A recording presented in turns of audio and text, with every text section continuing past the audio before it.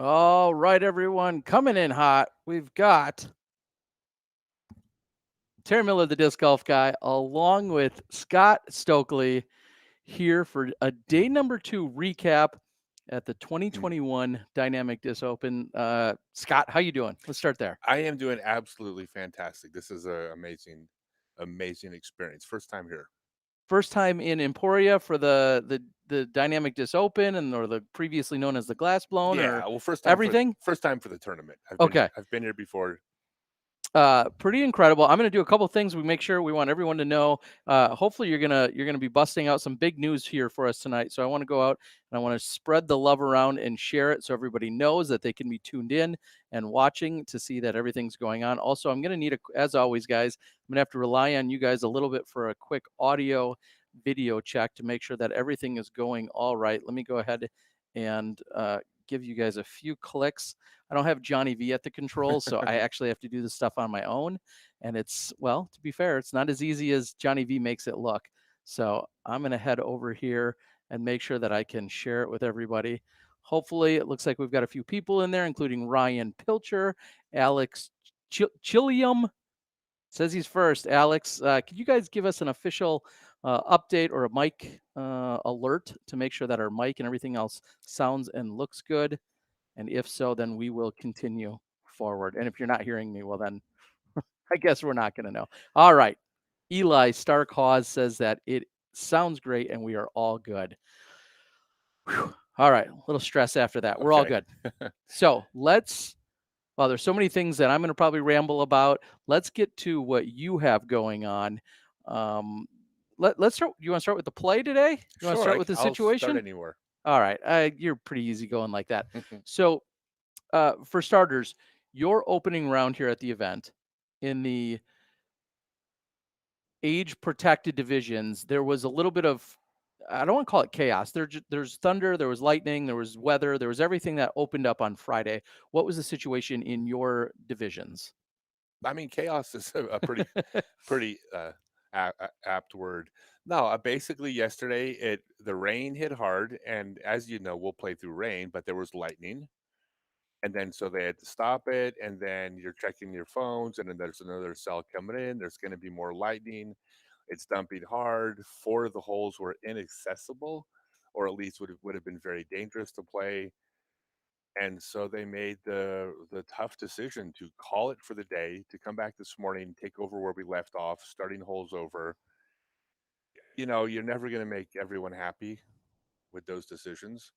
Like, there's not a decision that everyone likes, especially because hindsight, some people had holes scratched that aren't going to count that they played well.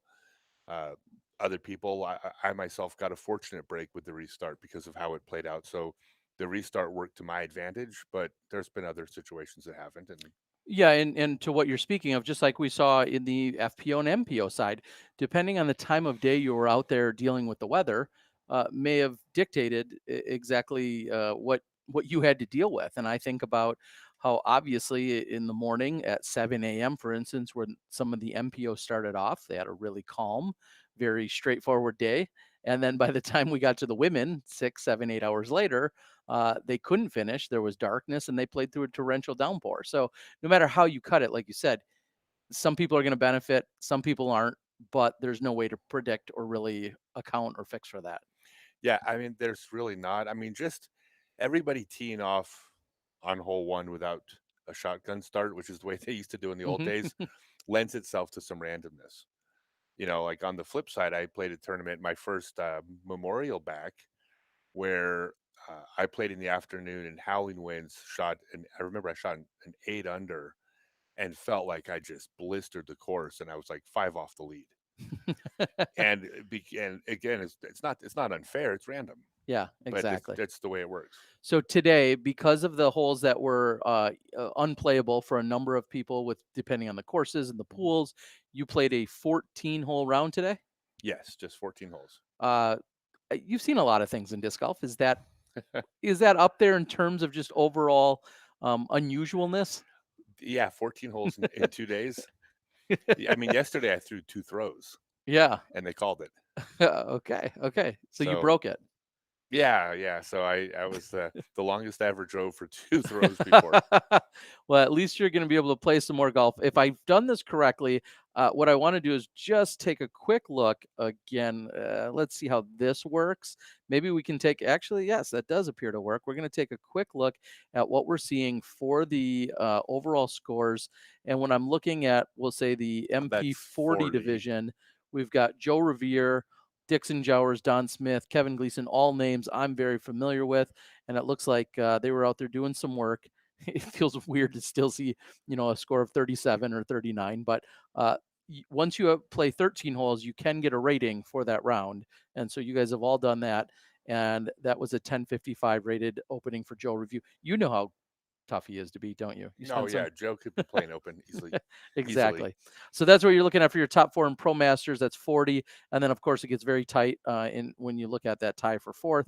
They're playing Jones Gold long layout. So what we saw in MPO today is exactly what the MP40s are going to go out and play tomorrow. So, including the original tournament director here, I Eric th McCabe. Yeah, I think we're playing the same course as well in MP50, Okay, well then I we'll get believe. to that in FP40. Oh, Kimberly Gianola and Nova 64 Paulette. Uh, uh, Holding off right now, Christine and Kaylee. So that's what we're seeing over in the FP40. Should be a good battle. They're within 3 strokes. And then we get to MP50. the only division people care about. Yeah, clearly. I don't know. I know it was really just to appease everyone And by that people, I had to I open. mean her. I mean, just to appease everyone else. I led Yeah, with those other I know. divisions, but clearly this is the only one that matters. Yeti, I referenced him as one of the greatest putters of all time earlier today, but Fair. Jay Yeti Redding, looks like he had the hot score of 5 under.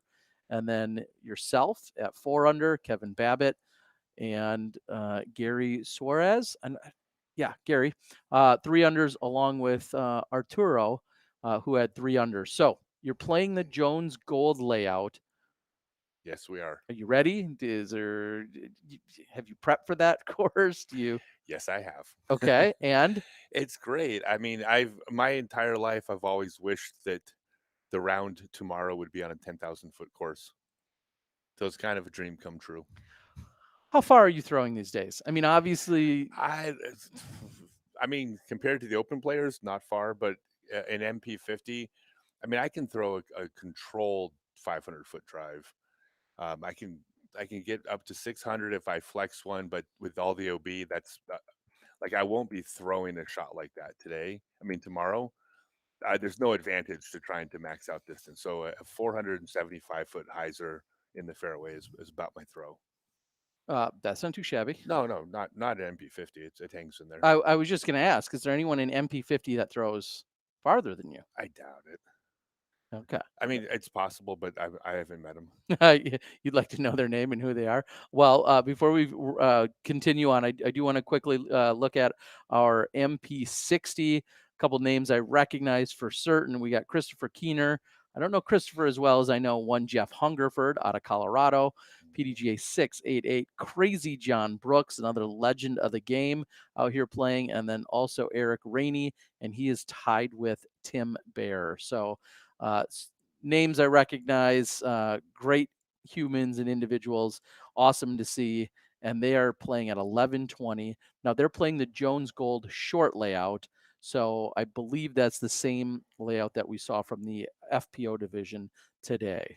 So best of luck to everyone. That's everyone in the pro field. Maybe a little later, I can cycle back to these ginormous amateur fields. I know, right? But those are what we are seeing in the pro field right now, which is pretty incredible. So I think if I come back, yeah, maybe to here. All right, all right. Paige rejoins us. Yes, Paige with her IPA. Provisional, provisional, provisional. So that's the golf. You're ultimately, and to continue with a little bit of the oddity though, you're going to play 14 and 18, 32 hole Yeah, super tour. correct. Okay. It's like a one day, all it's, but not quite. What brought you here this year? So I based my year around my seminars. I'm doing full day disc golf seminars all across the country. The first 42 of them sold out. I just announced 24 more this morning. Half of the tickets are sold out. I cap at 7 people, 7 people for a 9 hour seminar. So I set up my schedule geographically around the country, and then I play what other tournaments fit into the seminar schedule. So it could be a 1 day C tier, it could be the DDO or the Majestic. But my priority is the teaching. Yeah, and of course, you've taught over 500 clinics. Yep. How many thousands of people does that equal roughly? Oh Do you God. know? I no. Lots of thousands. Many Uh, thousands. uh, so it's interesting to hear you. You've clearly been honing the format, your skill sets, but also the format and the strategy to doing it. Because I think you almost just caught me off guard. You're saying this is a 9 hour seminar. Yeah, so clinics and seminars are different. Yep. Okay. Clinics are those things that I invented back in the 90s where I traveled around.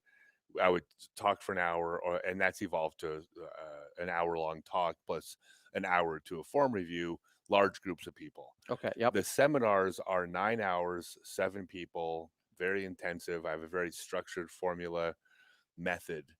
We spend an hour and a half on this, we spend an hour on this, control back end, power back end, sidearm, putting, utility shots, mental game strategy, tournament prep. And it's just a full 9 hour. You start off at one level, and at the end of it, you know how to throw correctly. Is this something that is done at a in a hotel conference room? Are you going to parks? Like, I Oh, think about weather. I think about other elements: cold, wind, rain, everything in between, hot, cold. Where are these settings usually? so we do them at disc golf courses just because that's the parks people know, but we don't play the course. Okay, It's all about mechanics. It's like if you were taking golf classes, it's about the swing, and the results are a result of proper mechanics. okay, and So I have to ask, where do you come up with 7? with 7 people, Yeah. so basically, I I have a method Okay. that Yep. I have fine tuned. I've done over 1,200 private lessons in the last 3 years. I know exactly how long it takes to get a player to go from A to G, where I need them to go. I started off, my estimate was 6 players that I could do, where at the end of the day, we're done. Okay. We accomplished everything we need to accomplish because I know how long a private lesson takes. I know how long a private lesson takes for 2 people, for 3 people. So I just expanded that. Um, 6 was a little bit low. It turns out I moved it from 6 to 7, but that's the cap. For example, I have more than 1,000 people on my wait list right now, but I'm not increasing the number of people to make more money because if I add even one more person, then at the end of the day, everybody's a little bit shy. Hmm. It's just basically the experience of knowing, like, I know how long it gets a person to go do what I need them to do. It's a method that's been fine tuned. And so as much as I'd love the cash grab of 1,000 more people, then no one's getting what they paid for. Well, and that's in a similar sense. That's how I feel about tournaments. We have whether it's 72 or 90, whatever you've decided upon as a tournament director. Let's just say the number is 72. Immediately, everybody says, "Oh, well, let's just add one more, go to five sums," is usually the answer. We can fit 90 here. And I always have combated that in the last few years. I've always said, "Well, yeah, we're going to make 18 more people potentially happy, but what about the 72 that signed up first? Their event is going to be diminished and their experience going to be diminished because now we're just cramming more people into it." Yeah, And so I feel like that's kind of a similar it is. philosophy. Well, and also I advertised that this is what it was, 6 and then 7 players. I mean, we start at 8 o'clock in the morning and it ends at 5. I tell people at the beginning of the day, I won't leave at 5:01. I'll stick around till dark if we're working on something and we're not there yet, but we've never gone past 5:30 or 5:40. But we've never been done before 5. So Okay. it's just if I didn't have an end time, it would end around 5 to 5:30 because Sure. that's how long it takes. Okay. Do I pack my own lunch? No, actually we provide ironically we provide lunch. Wow, okay, sold. Do I even need to know the price at that point if you're already providing lunch? Yeah, for it's 375 per person, Okay, for the full day with lunch. And okay, then we also shoot video, um, uh, before and after. We actually we're gonna be sending raw footage to players because we actually had a video person that was supposed to edit them together, make a nice package, and it didn't pan out. But we're still gonna get everybody the footage. okay. W what has been your greatest or one of your best testimonials? What have people said or experienced? And I know, again, you've taught thousands of people, but what have been some of what are the maybe or even the most common results or outcomes that people have come back and have emphatically said, yes, this here's what this did for me? Or do we have to go to your website and read the No, testimonials? honestly, actually, there are a ton of Uh huh. testimonials on the Scott Stokely Method Facebook page. I I get at this point, honestly, 6 to 10 messages a day from people that I taught. Hey, I took a class last month, or I went to did a private lesson 3 months ago. I just broke par for the first time. I just won my first tournament. I just moved up a division. That's on the daily. I think one of the most interesting things that happens is, if you post to the Minneapolis Facebook page and you ask, are there any local pros? You can specifically say, do any local pros give private lessons? If there's 20 replies, 16 of them are about local pros, and then four people will say, no, but you got to watch Scott Stokely's videos, or he does video lessons. Sure. So really, that's probably been the biggest compliment. Is just when I see a post on a disc golf discussion page, and I occupy a portion of the results, but all from people that I've worked with, which Yeah. is it's flattering. But I so every teacher and every pro agrees on how you're supposed to throw. I mean, 97%. Like, it's you too. I mean, we watch someone throw, we'll agree on 97% of what you're supposed to do. Sure. What I've developed just over years or decades is a method to get you there. So my approach to I can get you doing that thing you see on the video is what I'm most proud of because it works. Uh, f- for you, or maybe even I should say for the participants, is it more about distance than anything? I mean, you have to. I have to assume when people they see whether it's a Wysocki or a Heimberg or an Eagle or a Paige Pierce or a Katrina Allen, people want to always be able to throw it farther. Mhm. And so is that seem to be the number one reason why people I mean cuz I mean you can have swing coaches and it's I think it's about having good form and technique, but what is usually the end result? Just distance? Is that what they always want? And are you Well, and how concerned are you about just raw distance? distance matters. Accuracy matters. Consistency matters. Control matters. Being able to shape shots matter. I mean, I mean, everyone wants more distance, so that's probably the most common Mhm. request. But there's a real strong parallel between throwing accurately and throwing far, Sure. because proper form leads to good throws. Well, Mhm. good throws mean throws that have snap as well as hitting lines. Now, there is a fundamental difference between throwing accurately control shots and throwing distance shots. There's about an Sure. 80% overlap, but there are differences. This is why I couldn't hit a fairway in the 90s. Yeah. Remember back then when I could throw, a speed six disc Uh-huh. 600 feet and I couldn't hit a 200-foot fairway. Yep. I did not know the difference between a control shot and a power shot. So I've since learned there's a there's a di- it's a difference, but Yeah. it's an overlap. But they go together. Well, yeah, and we also see that in today's MPO field, for instance, of when there's raw power, and then there's someone that maybe doesn't throw quite as far, but has much more control over it. So I have to, I'll almost be putting you on the spot by asking, like, Yeah. is there someone that you look to that you feel like is absolutely just nailing all of the combinations that you'd love to see in an all around player? Is there one or two players right now that you look to and you're like, yep, that person's doing it? Yeah, probably the top 100 players in the world. Okay. You think they They all there's have it. okay. I mean, look, there's skill sets. Mhm. There's people that have different strengths and weaknesses, but you cannot be a top player without having a complete game. It's impossible. Yep.